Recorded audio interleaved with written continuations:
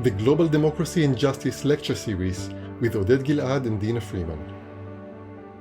Episode 13, Albert Einstein, A Vision of a Unified World.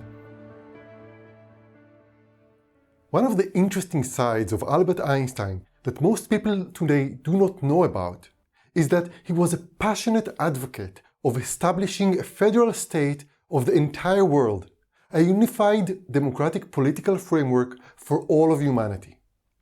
The story of how he came to this thinking is not only fascinating, but one that is highly relevant to our times, considering the global challenges that we face. The story begins with understanding the political background that Einstein grew up in. He was born in 1879 within the borders of a rather new political entity called the German Reich. This was a federation, a union of some 30 states and small kingdoms that previously were legally separated and competing: Prussia, Saxony, Bavaria, Württemberg, and many other smaller ones. It was only 8 years before Einstein's birth, in 1871, that they all joined under one constitution, one parliament, and one strong prime minister, Bismarck. The federal unity of Germany made it very easy for Einstein's parents, for example, to move when he was still a child from the state of Württemberg to the neighboring state of Bavaria, within the German Reich.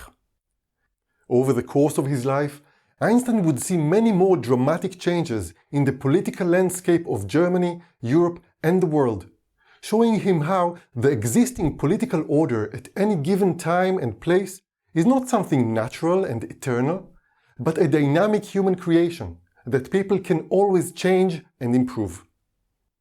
Albert was born to a family of secular Jews working in the high-tech business of the time, which was electric power enlightenment. They built generators to light public events, big fairs, and even major city streets. Young Einstein immersed himself in the books of science and philosophy and came to increasingly doubt the nationalist indoctrination of the German school system. He hated the education techniques that sanctified dumb memorizing and blind obedience, whose purpose, it seemed, was to prepare good soldiers for the German army. At the age of 17, fearing the prospect of being enlisted to that army after high school, he moved to Switzerland to study physics in the university, as Switzerland was known for its long-standing tradition of peace and neutrality. As he left Germany, however, in 1896, Einstein had to give up his German citizenship, and he remained an officially stateless person for 5 years, until he got his Swiss citizenship. As we all know, Einstein did amazingly in his studies, and in the year 1905, when he was only 26 years old, he made a huge scientific revolution. That year alone, he published 4 articles that described his theoretical discoveries of the most fundamental laws that govern our universe. From the quantum theory about the bizarre behavior of the tiniest particles, to laying the foundations of the mind-blowing theory of general relativity that explains the movement of even entire galaxies and light in space and in time. And as if that's not enough, he also revealed the rule that matter and energy are interchangeable, which explained for the first time the nuclear reactions that kindle our sun and all the other stars in the universe. What an enlightenment! 8 years later, in 1913, he was invited by the University of Berlin to be the head of their very prestigious Physics Research Institute. The following year, he returned to Germany for that job and got his German citizenship back.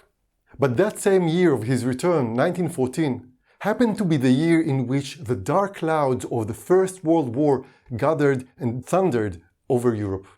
Einstein found that he couldn't just shut himself in the academic ivory tower, and he joined other leading scientists who wrote together a manifesto to the Europeans, courageously calling on them to refuse to go to this fratricidal war, as they called it, and instead come together to form a union of the continent.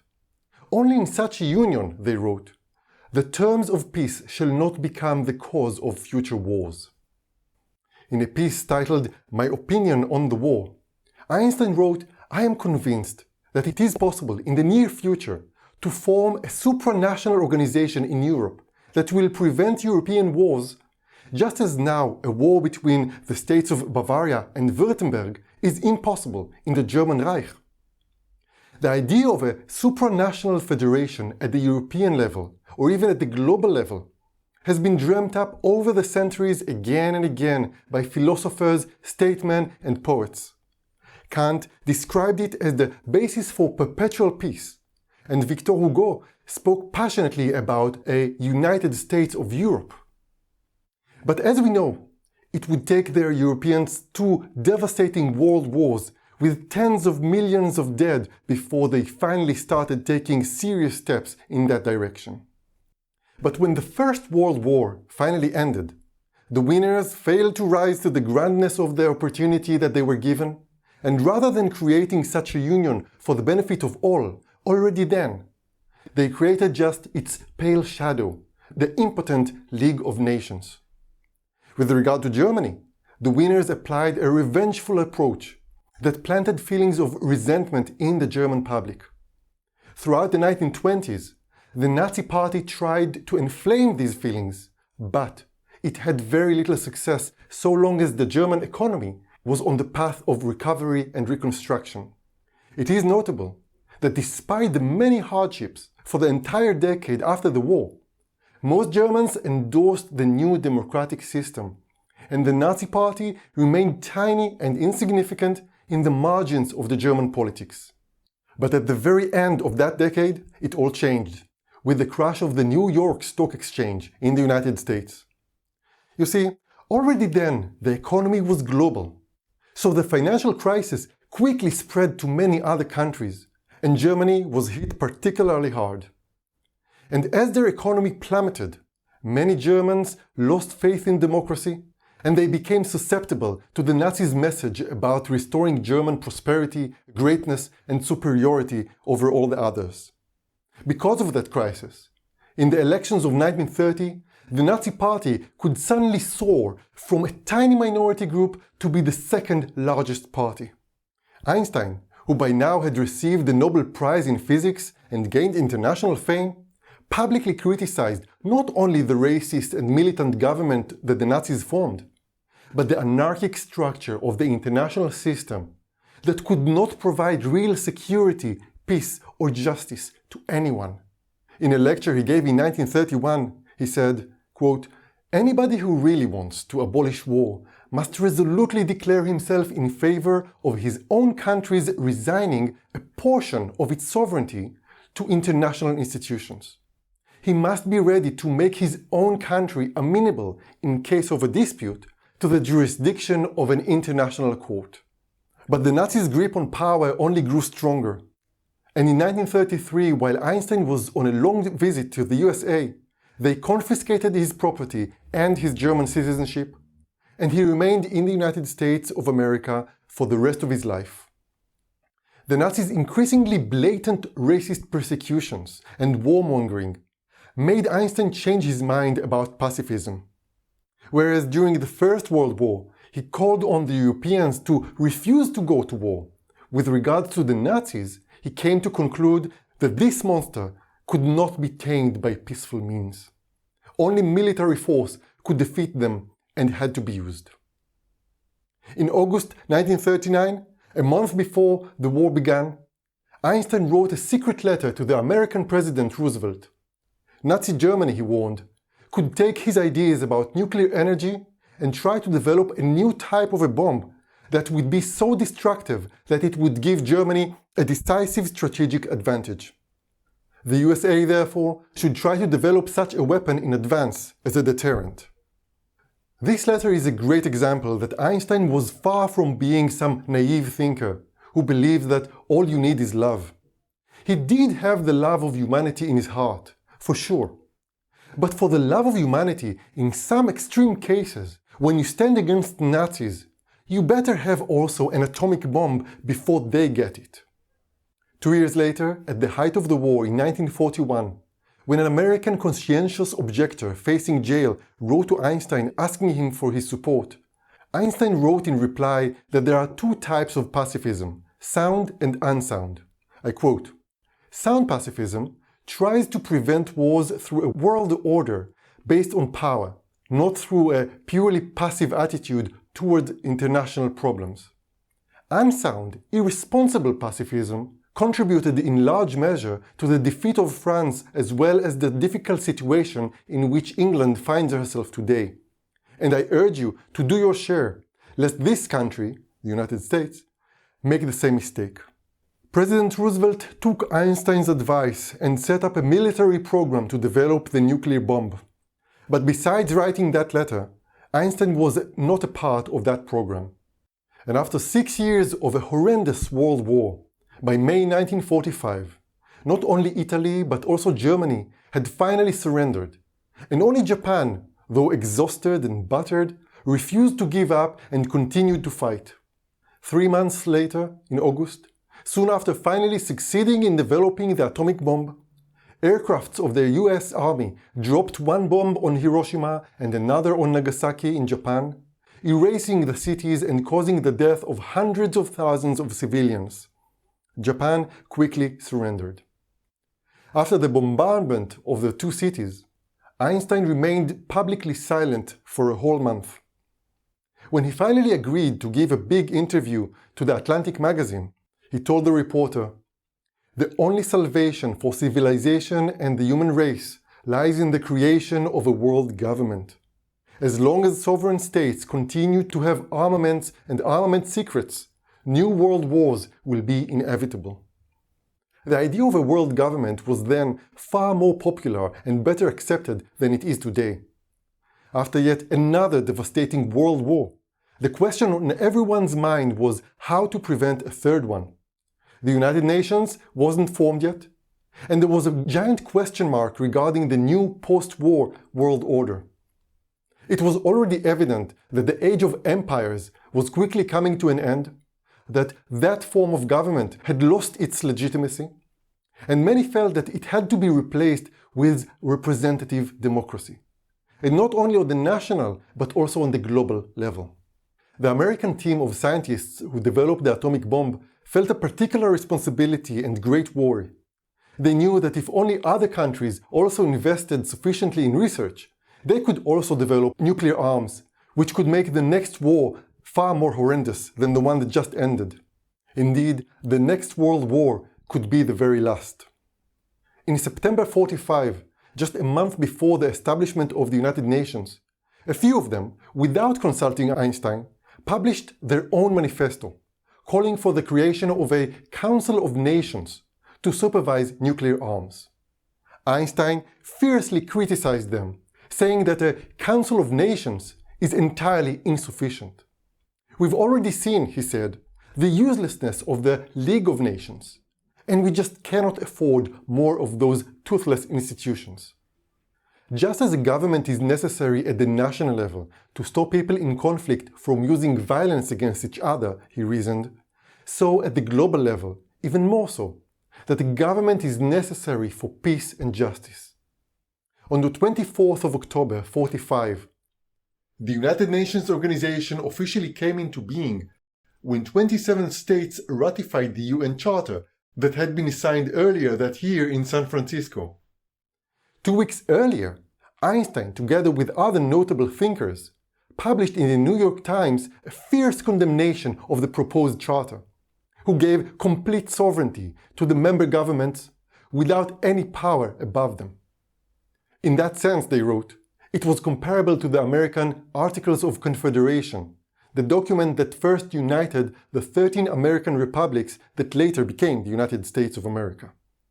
That confederation didn't work, and it was quickly replaced with the Federal Constitution of the United States of America. Similarly, and I quote, "We must aim at a federal constitution of the world, a working worldwide legal order if we hope to prevent an atomic war." In interviews, Einstein warmly recommended a book that had just been published then, titled The Anatomy of Peace. In it, his friend, the writer Emery Reves, presented concisely and convincingly the case for a federal world government. This small book made it to the top of the bestsellers list in the United States in March of 1946 and stayed at the top for 6 months. It was translated into 18 languages, and its ideas about a world federation became extremely popular around the world. Later that year, Einstein and a few other leading physicists published a collection of essays called One World or None, a report to the public on the full meaning of the atomic bomb. In his essay, Einstein wrote about the most vital lessons that we should learn from the failure of the League of Nations system. After the First World War, he explained, the international community had set up two institutions that resembled a judicial and a legislative branches of government. The first, the judicial, was the International Court of Justice, whose aim was to solve disputes and conflicts between states on the basis of international law. The second, the legislative, was the League of Nations, where representatives of member governments could come together to peacefully negotiate the writing of that international law. When they all gathered in one big assembly room, it had the semblance of a kind of a world parliament. What's more, one of their resolutions was to outlaw as criminal the method of solving conflicts by war. Thus, he wrote, and I quote, "The nations were imbued with an illusion of security that led inevitably to bitter disappointment. For the best court is meaningless unless it is backed by the authority and power to execute its decisions. And exactly the same is true of a world parliament. An individual state with sufficient military and economic power can easily resort to violence and voluntarily destroy the entire structure of supranational security built on nothing but words and documents. Moral authority alone is an inadequate means of securing the peace. It is necessary that the individual state be prevented from making war by a supranational organization supported by a military power that is exclusively under its control. Only then can we have some assurance that we shall not vanish into the atmosphere, dissolved into atoms, one of these days."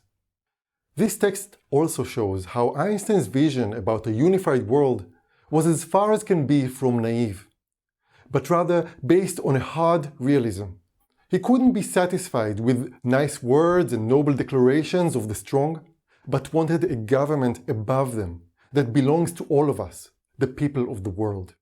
A federal government with proper checks and balances and proper rule of law, which are arrangements that to this day are limited only to the nation-state level, while our society in reality and our mutual impacts are increasingly global. Naturally, the main worry of Einstein that justified such a government was the problem of a war in a nuclear age. And while his fears in this field did not materialize, at least for now, it is nevertheless evident that the dynamics of the Cold War, the power politics, the proxy wars, the mutual mistrust, and the preparations for war took and are still taking a huge toll on countless individuals and groups around the world. A terribly heavy toll that could have been avoided. Had only Einstein's moral and rational voice been better listened to by more people, we could have been living in a much more safe, just, and happy world than the one that we have. I think that today, as we increasingly face global problems, we can draw important inspiration from his message and activism. Thank you for listening, and thank you for sharing this important message.